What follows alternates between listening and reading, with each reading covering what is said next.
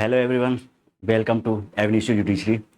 जैसा कि आपको पता है कि हम अपना नया बैच जल्दी ही लॉन्च करने वाले हैं। अगस्त में हमारा नया बैच स्टार्ट होगा और इससे पहले की जो वीडियो मेरी अपलोड हुई है यूट्यूब चैनल पर, आप जाके देख सकते हैं। बीएनएस की वीडियो में मैंने आपको बताया था स्टार्टिंग में कि कैसे किसी भी एग्जाम के पर्पस के लिए उसे कैसे पढ़ना चाहिए।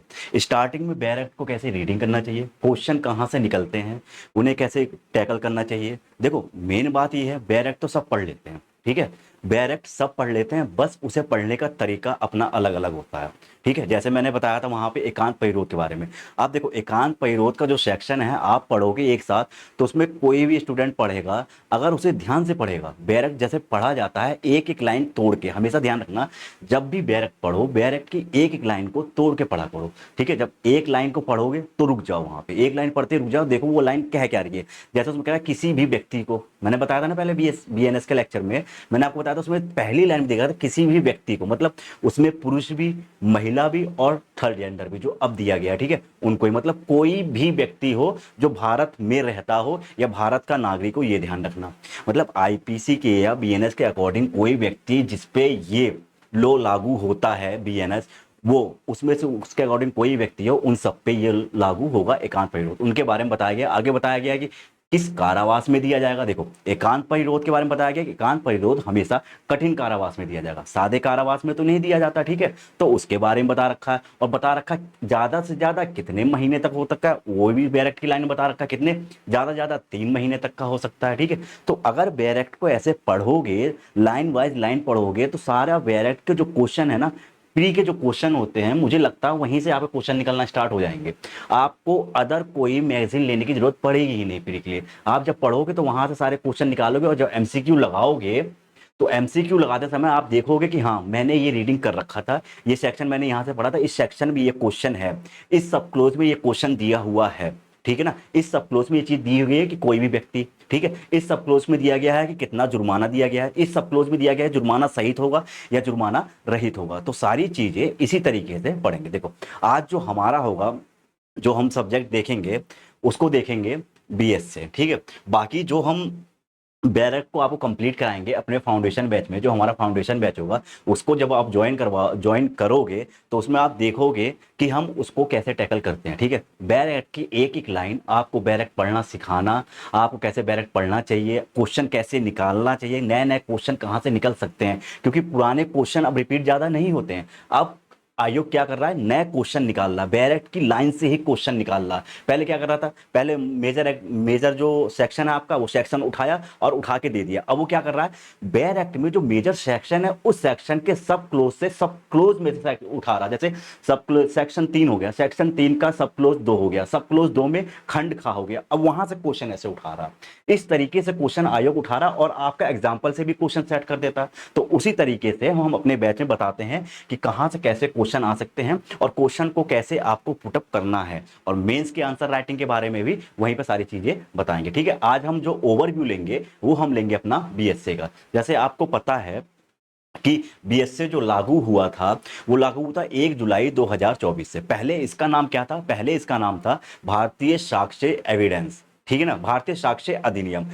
हिंदी में क्या कहते थे, भारतीय साक्ष्य अधिनियम, इंग्लिश में क्या कहते थे, इंडियन एविडेंस एक्ट 1872, ठीक है। लेकिन अब क्या हो गया है, अब जो 1 जुलाई 2024 से जो ये लागू हुआ है आपका एक्ट, इसमें क्या कहा जाने लगा, इसमें कहा जाने लगा आप हिंदी में भी भारतीय साक्ष्य अधिनियम कहेंगे और इंग्लिश में भी भारतीय साक्ष्य अधिनियम 2024 ही कहेंगे। तो इसके बारे में देखते हैं ये कब लागू हुआ, कितने सेक्शन है, सेक्शन याद करने का तरीका क्या है, कैसे याद करें, किस चैप्टर में कितने सेक्शन है, किस चैप्टर में कितने सेक्शन है और किस भाग में कितने चैप्टर हैं, यहां से भी क्वेश्चन बन जाता है।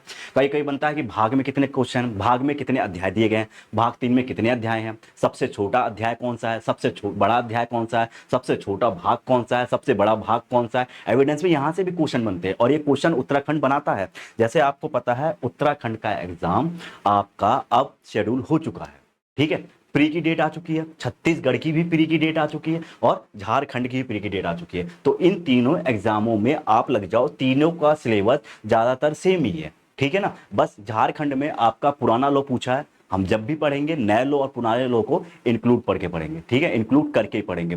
हालांकि यूपी ने साफ कर दिया है कि अब वो नए एक्ट ही पूछेगा, ठीक है, जो संशोधन हुआ है तो नया एक्ट ही पूछेगा। और मुझे लगता है कि यूपी की वैकेंसी आपकी पाइपलाइन में है, कभी भी आपकी यूपी की वैकेंसी आपके सामने आ सकती है। तो अपना देर ना करते हुए अपना लेक्चर स्टार्ट करते हैं, देखेंगे इसके ओवरव्यू में कि बीएससी को कैसे टैकल करेंगे। ठीक है, देखो इस लेक्चर को देखोगे तो मुझे लग रहा है इस लेक्चर से आपके हर किसी भी स्टेट में पेपर देने जाओगे तो 2-3 क्वेश्चन मिलेंगे ही मिलेंगे। ठीक है ना, यहीं से मिल जाएंगे ओवरव्यू से ही। ठीक है, देखो क्या स्टार्ट करेंगे, बीएस से।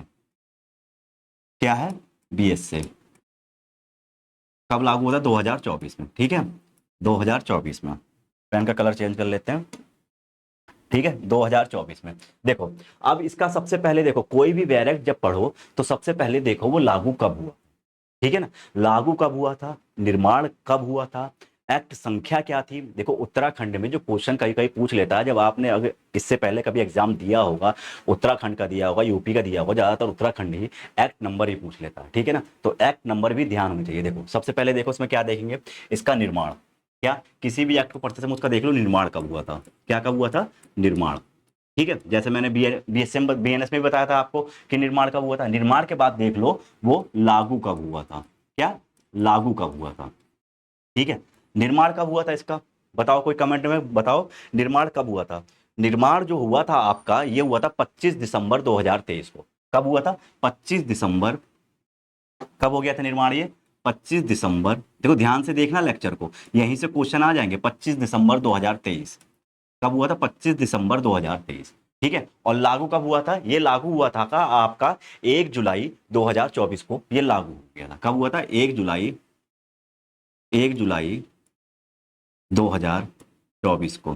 ठीक है, अब ये बताओ मुझे, जो आपका इंडियन एविडेंस एक्ट है, इंडियन एविडेंस एक्ट, इसको क्या कहते हैं, भारतीय साक्ष्य अधिनियम, इंडियन एविडेंस एक्ट 1872। क्या कहते हैं, 1872। ठीक है, इसके बारे में भी देख लेते हैं क्योंकि दोनों एक्ट को मिला के पढ़ना है हमें, दोनों एक्ट को मिला के पढ़ना है, पुराना भी नया भी। तो पुराने को भी देख लेते हैं, पुराना कब लागू हुआ था। पुराने का जो निर्माण हुआ था 1 मार्च 1872 को हुआ था। कब, 1 मार्च, 1 मार्च 1872 को इसका निर्माण हुआ था। ठीक है, 1 मार्च 1872 उसका निर्माण हुआ था। और लागू कब हुआ था, लागू हुआ था आपका 1 सितंबर। कब हुआ था, 1 सितंबर 1872 को लागू हो गया था ये।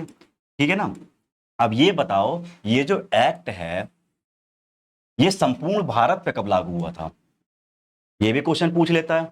पहले ये भी क्वेश्चन पूछ लेता है कि पहले जो एक्ट था ये इसको छोड़ के लागू हुआ था ना, जम्मू एंड कश्मीर राज्य को छोड़ के सभी एक्ट लागू होते थे संपूर्ण भारत पर। ठीक है, लेकिन ये जम्मू और कश्मीर पे भी कब लागू स्टार्ट होना हो गया था, ये भी कई क्वेश्चन पूछ सकता है। तो इसके बारे में भी ध्यान देना। ये एक्ट तो आपका जो आपका बीएसए है, ये बीएसए है, ये तो 1 जुलाई 2024 से ही संपूर्ण भारत पर लागू हुआ था। ठीक है ना, लेकिन जब ये 1872 इंडियन एविडेंस एक्ट बना था तो ये क्या था, ये पहले शुरू में क्या था कि जम्मू और कश्मीर पर लागू नहीं होता था।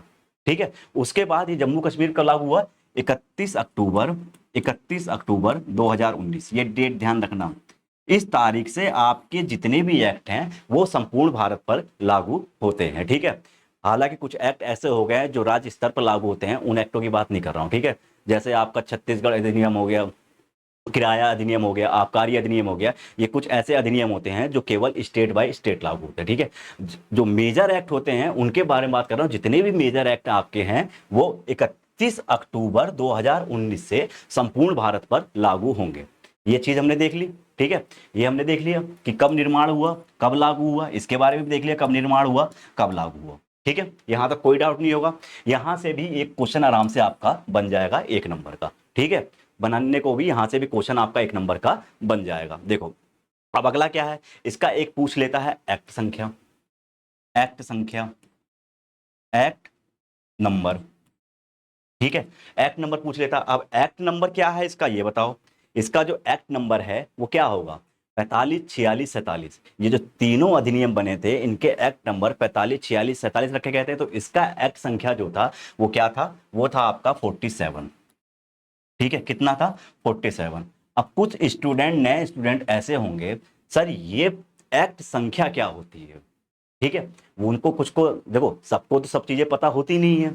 कुछ स्टूडेंट को ये शायद पता हो या ना हो कि क्रमांक संख्या क्या होती है, क्रमांक संख्या कैसे किसी एक्ट को दी जाती है। देखो क्रमांक संख्या 2 मिनट में बता देता हूं। क्रमांक संख्या वो होती है, आपका एक साल में जितने भी एक्ट बने, जिन पर भी राष्ट्रपति साइन करते हैं पास होने के बाद, उनको एक संख्या दी जाती है। ठीक है, ये जिस ईयर में बना था 2024 और ये बना था 1872, जिस ईयर में भी जो एक्ट तैयार होते हैं वो क्रमांक संख्या के अकॉर्डिंग तैयार होते हैं कि 1 नंबर पे ये तैयार हुआ, 2 नंबर पे ये तैयार हुआ, उनको एक्ट संख्या दी जाती है। कैसे पता चलेगा कि इस साल में इतने एक्ट तैयार हुए थे? कैसे पता चलेगा? जब तक आप उनको क्रमांक संख्या नहीं दोगे, जब तक आप उनको शेड्यूल नहीं करोगे, तब तक कैसे पता चलेगा कि इस साल में कितने एक्ट तैयार हुए थे? कोई भी काम सीक्वेंस वाइज होता है, तो उसी तरीके से जितने एक्ट बनते हैं सीक्वेंस वाइज बनते हैं। जब भी एक्ट पास किया जाता है तो उनको क्रमांक संख्या दी जाती है। उसी क्रमांक संख्या को लास्ट के ईयर में जब देखते हैं कि क्या है, तो उसको क्या कहते हैं, जब पास हो जाता है तो उसको ये देते हैं क्रमांक संख्या 47। कौन सी 47? कौन से एक्ट में तैयार हुआ था? 47 नंबर का एक्ट था ये। ठीक है, यहां तक समझ में आ गया? यहां तक कोई दिक्कत बताओ? यहां तक कोई दिक्कत नहीं ना?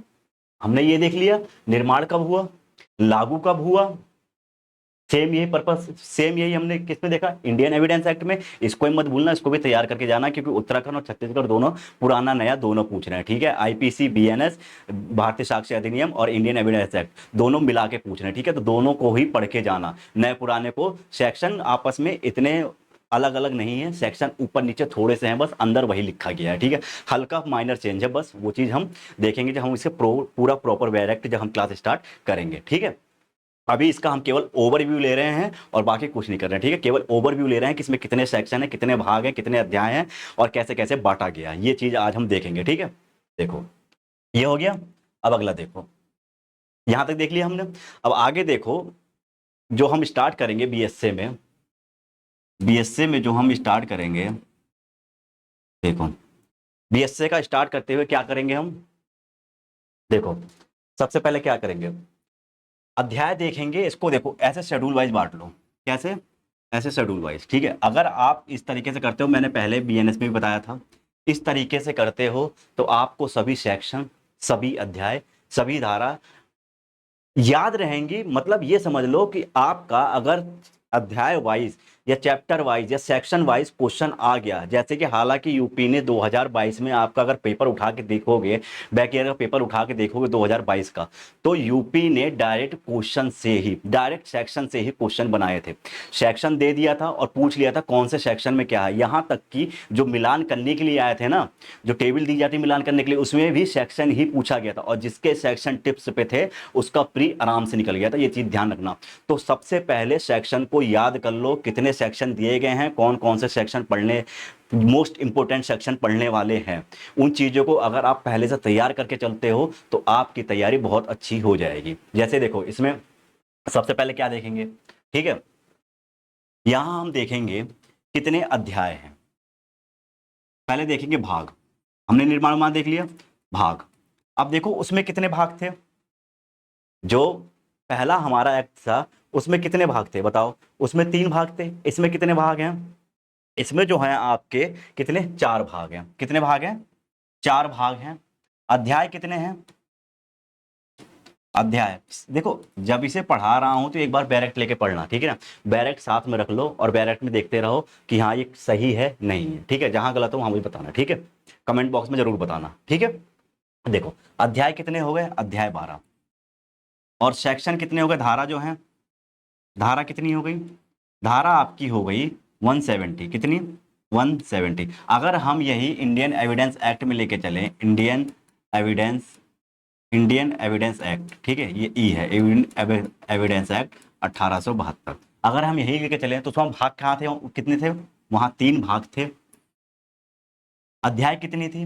11 अध्याय थे। सेक्शन कितने थे? 167। यही था ना। इंडियन एविडेंस में अगर हम इस चीज को देखें, इस बात को देखें, तो 3 भाग थे, 11 अध्याय थे और 167 सेक्शन थे। जबकि बीएसए में क्या किया इन्होंने? बीएसए में 170 धारा दी गई हैं, अध्याय 12 दिए गए हैं और भाग 4 दिए गए हैं। यही है ना? यहां तक सही है? यहां तक समझ में आया? ये नोट डाउन करते रहना, ठीक है ना। नोट डाउन करते रहोगे तो इसे साफ कर दें। देखो हो गया ना ये। अब देखो, अब हम देखेंगे एक भाग, भाग वाइज देखेंगे किस भाग में कितने अध्याय दिए गए हैं, किस भाग में कितने अध्याय दिए गए हैं और किस में कितने चैप्टर दिए गए, भाग में चैप्टर। ठीक है, पहला देखो, पहला भाग देखेंगे, भाग 1 क्या है, भाग 1। अब मुझे पता है आप लोगों को थोड़ी राइटिंग में दिक्कत आ रही होगी, ठीक है, बोर्ड पे थोड़ी राइटिंग साफ नहीं आती है, बोर्ड पे मेरी राइटिंग ऐसी ही आती है, थोड़ा मैं जैसे जैसे बोल रहा हूँ वैसे वैसे समझना, इसीलिए लिखते हुए भी बोल रहा हूँ। ठीक है, देखो भाग 1 देखेंगे, भाग 1 में अब देखो जो भाग है भागों के नाम भी दिए गए हैं। अगर आपसे पीटी में क्वेश्चन पूछ लिया कि भाग 1 का नाम क्या है, दे देगा सबूतों के विषय में, ठीक है, सबूतों के विषय में, और दे देगा साक्ष्य पेश करने के संबंध में, और 3-4 दे देगा, और दे देगा भाग उपयुक्त में से कोई नहीं। तो देखो ध्यान रखना, भाग 1 और भाग 2 में इसमें केवल अध्याय के नाम दिए गए हैं, इसके भाग का नाम नहीं दिया गया। ठीक है, ये ध्यान रखना, इसमें केवल अध्याय के नाम दिए गए हैं, भाग का नाम नहीं दिया गया। तो अध्याय 1 में क्या है, अध्याय 1 क्या कहता है, भाग 1 में क्या है, अध्याय 1, अध्याय 1, ठीक है, पहला चैप्टर दिया गया है, और पहले चैप्टर में धारा कितनी है, कितनी धारा है पहले चैप्टर में, कहां से कहां तक है बताओ, 1 से लेके 2 तक है। पहले चैप्टर की जो धारा है वो 1 से 2 तक है, धारा 1 और 2, ठीक है, और इसका नाम क्या है, इसका नाम है प्रारंभिकी। क्या नाम है, प्रारंभिकी, ठीक है, ये नाम है इसका, ठीक है, प्रारंभिकी इसका नाम है, मतलब प्रारंभ, ठीक है, यहां से ये प्रारंभ होता है। भाग 1 अध्याय 1 धारा 1 से 2 तक दी गई है, और प्रारंभ की मतलब इसका नाम प्रारंभ यहां से होगा सेक्शन 1 और 2 से। ठीक है, बताया गया है सेक्शन 1 में, बताया गया है कि इसका पूरा नाम क्या है, कहां कहां लागू होता है, सेक्शन 2 में ये लागू के बारे में। ठीक है, उसके बाद देखो, उसके बाद आपका आ गया भाग 2, भाग 2। अब भाग 2 का नाम क्या है, क्या भाग 2 का कोई नाम दिया गया, डायरेक्ट में देखो, भाग 2 का भी कोई नाम नहीं दिया गया। भाग 2 में भी क्या बताया गया, भाग 2 में केवल अध्याय बताया गया। कौन सा अध्याय है, भाग 2 में अध्याय 2, भाग 2 में कौन सा अध्याय है, अध्याय 2। अब देखो अध्याय 2 का नाम क्या होगा, तथ्यों की सुसंगति। जो अध्याय 2 का नाम है वो क्या है, अध्याय 2 का नाम जो क्या है, देखो चैप्टर वाइज पूछ लेगा, तथ्यों की सुसंगति, पूछने को आयोग कुछ ही पूछ सकता है, हम अपनी पूरी तैयारी से चलेंगे, एक छोटा सा भी टॉपिक नहीं छोड़ेंगे कि हम संख्यांक छोड़ दें, क्रमांक संख्या छोड़ दें, या भाग छोड़ दें, भाग का नाम क्या है, या अध्याय का नाम छोड़ दें। सबसे पहले पढ़ने का पर्पस यही होता है कि हमें पता चल जाए, जो भी बैरेक्ट हम उठाते हैं उसमें हमें पता चल जाए कि उसमें भाग कितने दिए गए हैं, अध्याय कितने दिए गए हैं, लागू कहाँ पे है, निर्माण कहाँ पे है, ठीक है ना, और कब से लागू कब से निर्माण, कितने अध्याय कितने भाग और कितने मतलब सेक्शन क्या क्या कहता है, ये सब चीजें हमें पता होनी चाहिए किसी भी बैरेक्ट को पढ़ने से पहले।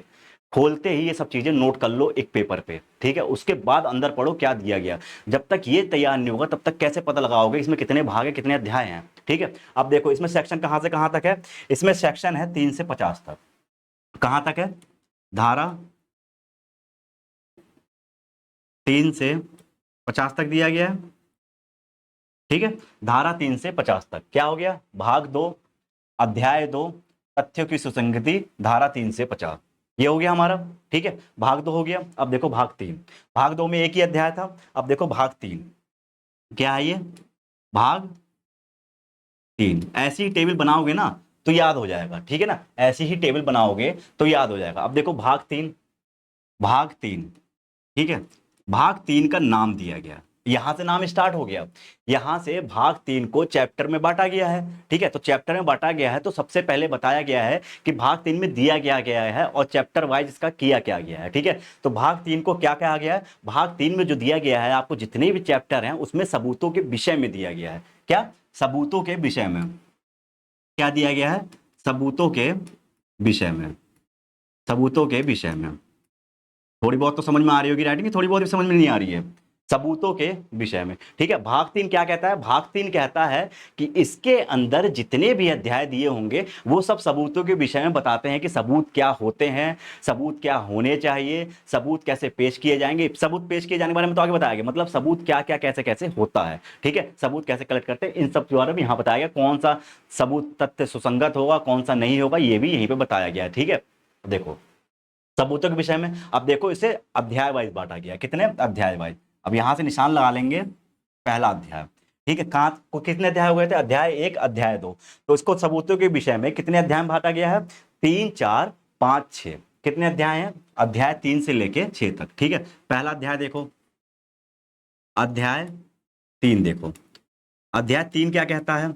अध्याय 3 आपका कहता है तथ्य जिनका साबित किया जाना आवश्यक नहीं है। क्या कह रहा है? तथ्य जिनका साबित किया जाना आवश्यक नहीं है।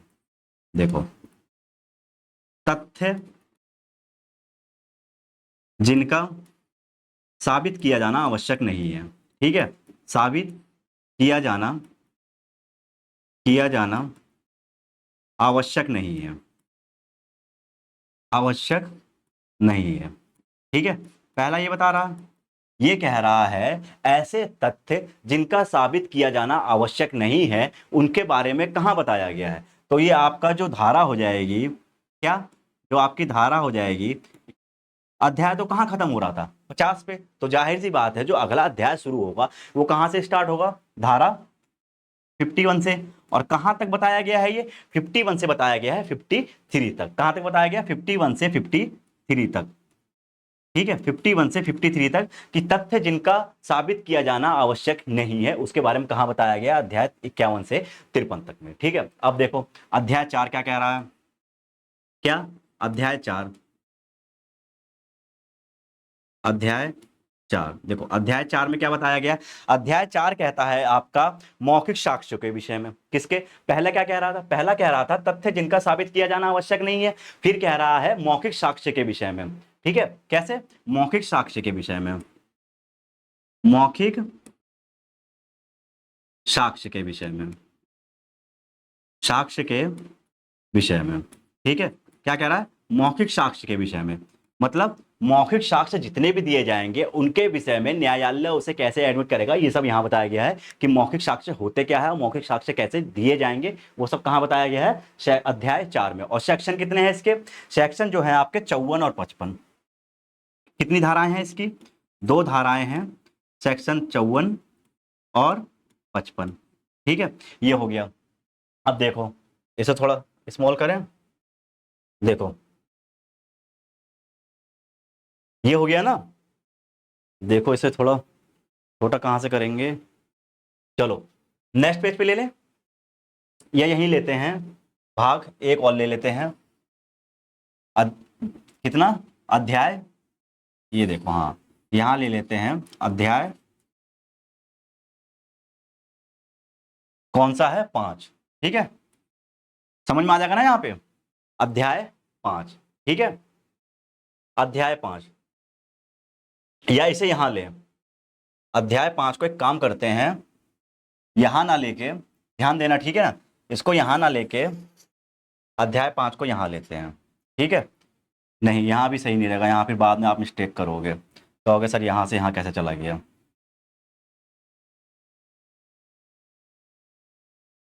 इसको यहीं लेते हैं, छोटा छोटा लिखेंगे, ध्यान रखना ठीक है। अध्याय सीक्वेंस रहेगा तो याद रहेगा। अध्याय 5। अब देखो अध्याय 5 में क्या कह रहा है? हमने देख लिया तथ्य जिनका साबित किया जाना आवश्यक नहीं है। ठीक है, दूसरा देख लिया मौखिक साक्ष्य के विषय में। अब क्या बचा?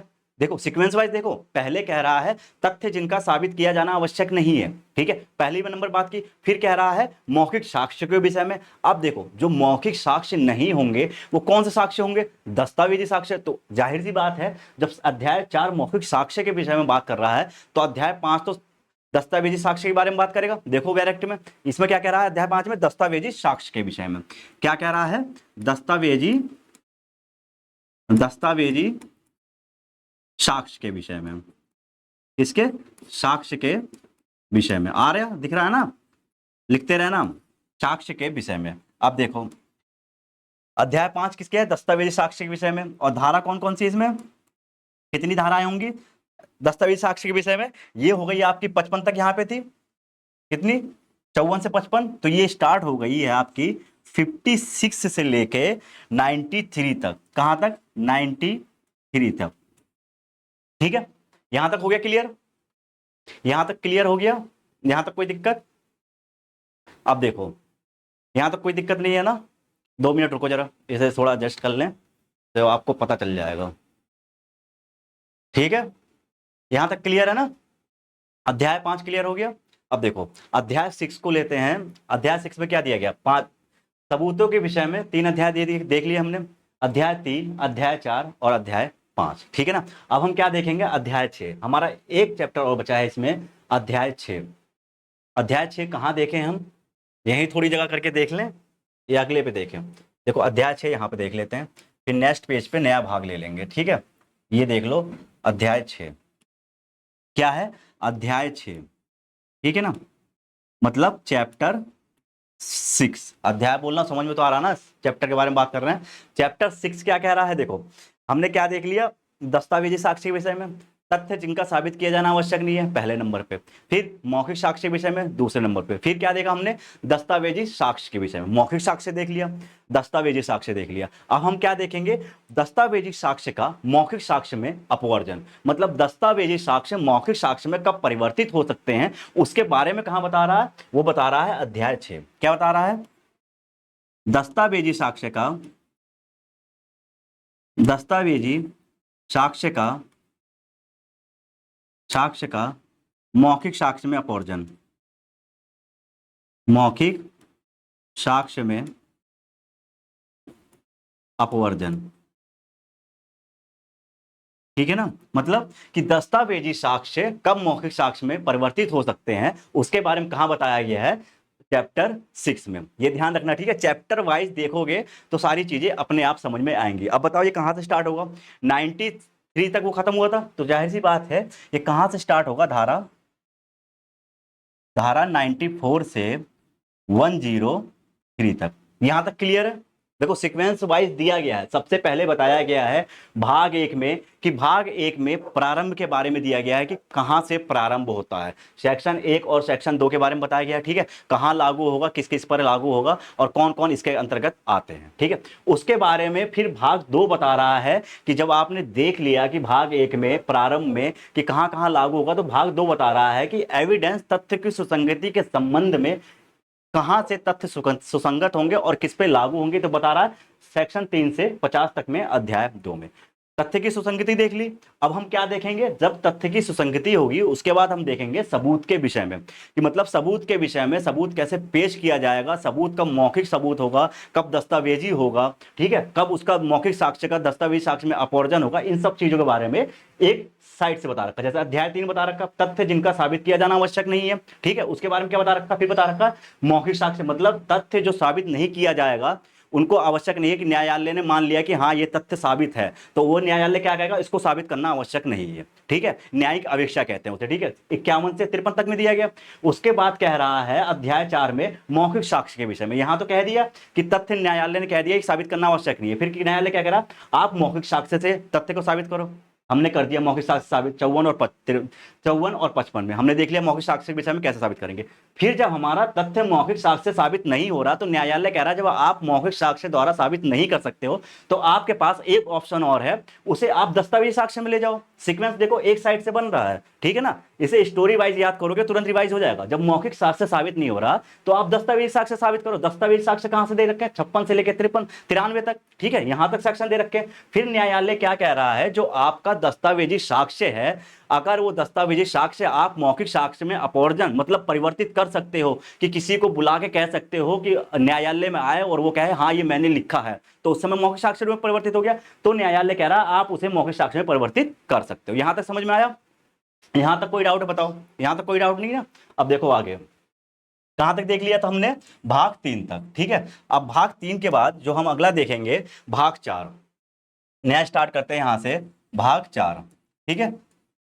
3 तक हमने पूरा देख लिया था। कितने भाग थे इसमें, 4 भाग थे। भाग 4 में चैप्टर ज्यादा है तो इसको देखना, ठीक है ना। देखो भाग 4 का नाम क्या है, सबूत पेश किए जाने के संबंध में। पहले हमने क्या देखा, सबूतों के विषय, साक्ष्य के विषय में। इससे पहले का भाग था सबूतों के विषय में, ठीक है, सबूत कैसे दिए जाएंगे। अब कह रहा है सबूत पेश कैसे करोगे, जैसे आपके दस्तावेज साक्ष्य हो गए, मौखिक साक्ष्य हो गए, अपवर्जन कर लिया, तथ्य की सुसंगति कर लिया, सब चीजें आपके पास आ गई। अब वो कह रहा है कि आप न्यायालय में उन्हें पेश कैसे करोगे, ठीक है, उसके बारे में कहां बता रहा है, अध्याय भाग 4 में सबूत पेश किया जाना। क्या नाम है इसका, यहां लिख लो, सबूतों को पेश किया जाना। क्या है, सबूतों को पेश किया जाना, ठीक है, पेश किया जाना। आ रहा समझ में। देखो अब इसमें कहां से अध्याय स्टार्ट है, 6 तक तो हमने इससे पहले देख लिया था भाग 3 में। अब अध्याय 7 से स्टार्ट होता है सबूत के विषय में। अध्याय 7 क्या कह रहा है, अध्याय 7, ठीक है ना, अध्याय 7 इसका नाम क्या है, सबूत के विषय में, क्योंकि ये चैप्टर ही है सबूत को पेश किए जाने के संबंध में। तो पहला ही जो अध्याय 7 है वो कह रहा है सबूत पेश किए जाने के संबंध में, मतलब सबूत के विषय में, सबूत कैसे पेश किए जाएंगे, सबूत के विषय में कौन कौन से सबूत हो सकते हैं, ठीक है ना, एविडेंस क्या क्या हो सकता है सबूत के विषय में। अब देखो धारा कहां से स्टार्ट होगी इसकी, इससे पहले हमने कहां से कहां तक देखा था, इससे पहले हमने देखा था 93 से 103 तक, ठीक है। अब ये स्टार्ट कहां से होगा, 104 से 120 तक। कहां से स्टार्ट है, 104 से 120 तक। इसकी भी स्टोरी बना के चलना, ठीक है ना। अध्याय 7 क्या है, सबूत के विषय में, धारा 104 से 120 तक। उसके बाद देखो अगला अध्याय, अध्याय 8 क्या है, अध्याय 8। अध्याय 8 किसके विषय में बता रहा है, देखो डायरेक्ट में अध्याय 8 बता रहा है विबंधन के बारे में। किसके, विबंध के बारे में, किसके, विबंध के बारे में, एस्टोपल कहते हैं ना इंग्लिश में, ठीक है। इसका सेक्शन क्या है, इसका सेक्शन है आपका 121 से लेके 123 तक, 121 से 121 से 123, ठीक है, ये हो गया। उसके बाद देखो अगला अध्याय क्या है, अध्याय 9, ठीक है। अध्याय 9 किसके बारे में बताता है, अध्याय 9 बता रहा है आपके साक्षियों के विषय में। पहले क्या देखा हमने, सबूत के विषय में, अब हम क्या देख रहे हैं, साक्षियों के विषय में, कि साक्षी कौन कौन हो सकते हैं, ठीक है, साक्षियों के विषय में, विषय में, ठीक है। धारा कहां से कहां तक है इसकी, इसकी धारा है आपकी 124 से लेके 124 से स्टार्ट होगी और 139 139 पे, कहां तक, 139 पे समाप्त, ठीक है। यहां से यहां तक हो गया। उसके बाद देखो अगला अध्याय 10, अध्याय 10, अध्याय 10 किसके संबंध में है, अध्याय 10 बता रहा है आपका साक्षियों के परीक्षा के संबंध में। यहां क्या देख लिया हमने, सबूत के विषय में देख लिया, विबंधन के विषय में देख लिया, साक्षियों के विषय में देख लिया।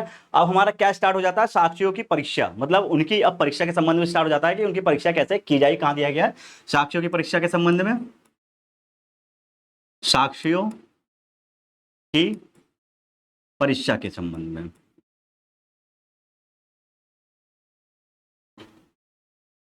क्या है, परीक्षा, ठीक है ना।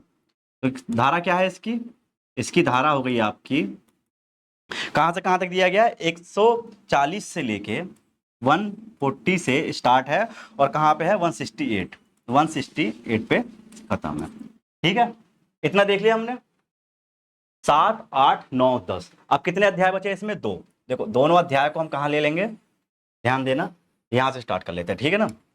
दो अध्याय बचे यहीं ले लेते हैं। अध्याय 11, एविडेंस में कितने थे, 11 ही थे ना, अब इसमें कितने हो गए हैं, इसमें हो गए हैं 12। अब अध्याय 11 में क्या, जब इसमें दिया गया है साक्षियों की परीक्षा के संबंध में, तो अध्याय 11 क्या था, साक्षियों के अनुचित ग्रहण और अग्रहण के संबंध में, मतलब कब उसे ग्रहण किया जाएगा, कब ग्रहण नहीं किया जाएगा, कहां बता रखा है, 11 में, किसके, साक्षियों के, साक्षियों के ग्रहण व अग्रहण के संबंध में, अग्रहण के संबंध में, ठीक है। अब इसका सेक्शन देखो कहां से स्टार्ट है, ये कहां खत्म था, 140 से 168 पे था ना, तो ये किसमें हो गया, इसमें केवल एक सेक्शन है, धारा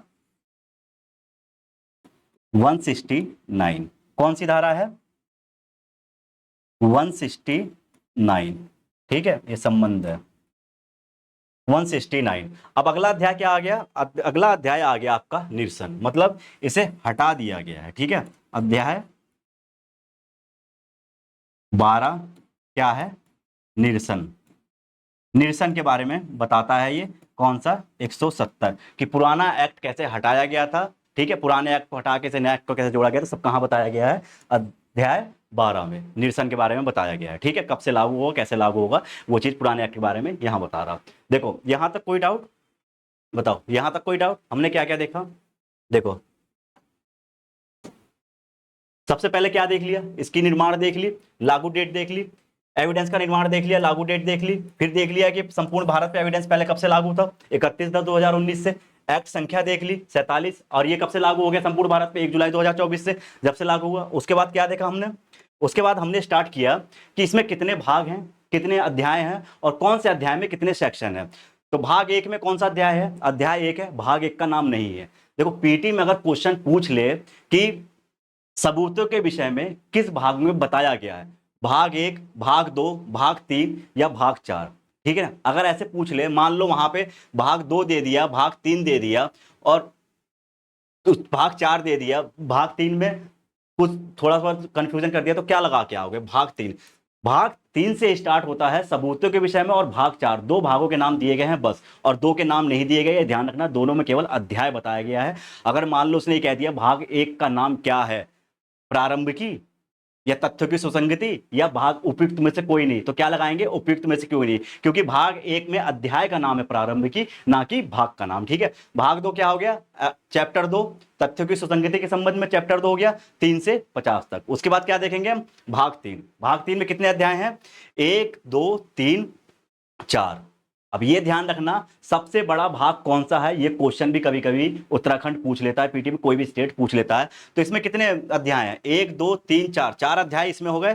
जबकि भाग 4 में कितने अध्याय हैं, 1 2 3 4 5 6। तो सबसे बड़ा भाग कौन सा हो गया, सबसे बड़ा भाग हो गया भाग 4। यहां से क्वेश्चन बन गया, ठीक है। उसके बाद देखो सबूत के विषय में क्या दिया गया है, पहले दिया गया अध्याय 3। अध्याय 3 में क्या है, तथ्य जिनका साबित किया जाना आवश्यक नहीं है, ठीक है। उसके बाद क्या कह रहा है, अध्याय 4 मौखिक साक्ष्य के विषय, मतलब पहले क्या कह रहा है, तथ्य आप साबित नहीं करोगे, फिर कह रहा है मौखिक साक्ष्य के विषय में कि मौखिक साक्ष्य कब दिया जा सकता है। फिर क्या कह रहा है, अगर मौखिक साक्ष्य नहीं है आपका तो उसे दस्तावेजी साक्ष्य दो। दस्तावेजी साक्ष्य दोगे तो कहां दोगे, 56 से 93 तक। अगर आपने दस्तावेजी साक्ष्य दे दिया है तो आपके पास एक ऑप्शन और है, अध्याय 6 में वो कह रहा है दस्तावेजी साक्ष्य को आप मौखिक साक्ष्य में अपवर्जन कर लो, ठीक है, परिवर्तित कर लो। तो कहां बताया गया है, 94 से 103 तक। यहां तक क्लियर है, यहां तक कोई बात। अब देखो अगला क्या कह रहा है, अगला कह रहा है सबूत के विषय में। क्या कह रहा है, भाग 4 सबूतों के विषय में। सबूतों के विषय में 104 से 120 तक, ठीक है। उसके बाद क्या कह रहा है, अध्याय 8 विबंधन। विबंधन सिविल मामलों पे भी लागू तक। देखो एविडेंस में अगर पूछ ले क्या भारतीय साक्ष्य अधिनियम सिविल और क्रिमिनल दोनों पे लागू होता है, तो हाँ दोनों पे लागू होता है। इसके कुछ सेक्शन ऐसे हैं जो सिविल पर भी लागू होते हैं, जैसे विबंधन हो गया, ठीक है ना। और 3-4 सेक्शन और हैं जो मैं बताऊंगा लेक्चर जब हम कंटिन्यू करेंगे तो, ठीक है। उसके बाद क्या है, अध्याय 9 साक्ष्यों के विषय में, धारा 124 से 139 तक। फिर क्या है, अध्याय 10 साक्ष्यों की परीक्षा के संबंध में, 140 से 168। उसके बाद अध्याय 11 साक्ष्यों के ग्रहण व अग्रहण के संबंध में, 169। फिर निरसन 170। देखो अगर हमने इस लेक्चर को आपने एक बार ध्यान से देख लिया, पूरे लेक्चर की सीरीज को देख लिया, तो मुझे नहीं लगता यहां से 2-3 क्वेश्चन आपके पीटी में नहीं आएंगे। यहीं से आपके प्रारंभ से ही आपके मुझे लगता है 2-3 क्वेश्चन तो आपके यहां से बनेंगे ही बनेंगे, ठीक है। ये था हमारा भारतीय साक्ष्य अधिनियम का ओवरव्यू, जैसे हम इसे अपने लेक्चर में पढ़ाने वाले हैं। अब हम अपने लेक्चर में क्या करेंगे, स्टार्टिंग से करेंगे और देखेंगे, बताएंगे आपको क्वेश्चन कहां से कैसे पुटअप किए जाते हैं प्री के हिसाब से। मेंस में लिखवाएंगे कि मेंस में क्वेश्चन को कैसे लिखना चाहिए। जैसे मान लिया मेंस से पूछ लिया सबूतों को पेश किए जाने के संबंध में भारतीय साक्ष्य अधिनियम में संबंधित बताइए। कितने अध्याय हो गए, 1 2 3 4 5 6, इन अध्यायों को हो गए, ठीक है। इतने अध्याय हो गए, इनमें से कोई क्वेश्चन बनेगा तो मेंस में उसे कैसे लिखना है, कैसे हैंडल करना है, सारी चीजें बताएंगे, ठीक है। तो आज हम इसे यहीं समाप्त करते हैं। आगे जो नया अध्याय स्टार्ट होगा, जो हमारा बैच स्टार्ट होगा, इसमें पूरा आज हमने केवल क्या किया है, भारतीय साक्ष्य अधिनियम का ओवरव्यू किया। जो हम इसे पूरा स्टार्टिंग से लेके चलेंगे और सही से समझाएंगे, वहां पे आप देखोगे, वहां पे आपको समझ में आएगी। 0 से लेके चलेंगे और 100 तक आपको बताएंगे, मतलब प्रारंभ से लेके अंत तक, ठीक है। क्योंकि नाम ही यही है एब जुडिशरी, मतलब प्रारंभ से स्टार्ट करेंगे और अंत तक आपको समझाएंगे, जब तक आपको समझ में आता नहीं। समझाने का तरीका यही रहेगा। अगर आपको पसंद आए तो कमेंट में एक बार लिखना जरूर कि सर लेक्चर अच्छा था, ठीक है। बताना मुझे समझ में आए तो, नहीं आए तो एक बार कमेंट जरूर करना, ठीक है। और इसे शेयर जरूर करना और लाइक और सब्सक्राइब भी कर देना, ठीक है। मिलते हैं अगले लेक्चर में। फिलहाल के लिए आज के लिए इतना ही, और अपनी पढ़ाई पे ध्यान दीजिए, क्योंकि आपके पास 3 स्टेट की वैकेंसी इस समय आपके हाथ में है। यूपी भी जल्दी आपकी आने वाली है। और बैच की जानकारी के लिए तो एक काम करना कि ये नंबर है, ठीक है, ये नंबर है आपका, इस नंबर पे कॉल करके पूछ लेना नया बैच कब स्टार्ट हो रहा है। 9105 1133। एक बार सही से लिखो, देखो नंबर में कंफ्यूजन हो जाता है। देखो 9105, ठीक है, 113310, ये नंबर है। ठीक है, ये नंबर हमारा है, इंक्वायरी नंबर है। आप इस पे कॉल करके पूछ सकते हैं कि सर नया बैच कब प्रारंभ होगा, कब से स्टार्ट होगा, इसकी फीस क्या है और कैसे हम इसे ले सकते हैं, बैच की टाइमिंग क्या है। बैच की टाइमिंग हमने शाम को भी रखी है, बैच की टाइमिंग सुबह भी रखी है। जल्दी से ज्वाइन करिए, आपकी वैकेंसी पाइपलाइन में है। जिस तरीके से समझाएंगे आपका सिलेक्शन होने से कोई नहीं हो सकता। बस आपको पढ़ने का तरीका पता होना चाहिए। बस आप कैसे भी पढ़ें, कहीं से भी पढ़ें, बस एक चीज़ ध्यान रखना, पढ़ने का तरीका हमेशा पता होना चाहिए कि पढ़ना कैसे है। ठीक है, जैसे आज बताया। इसको आज यहीं समाप्त करते हैं, मिलते हैं नेक्स्ट लेक्चर में। ठीक है।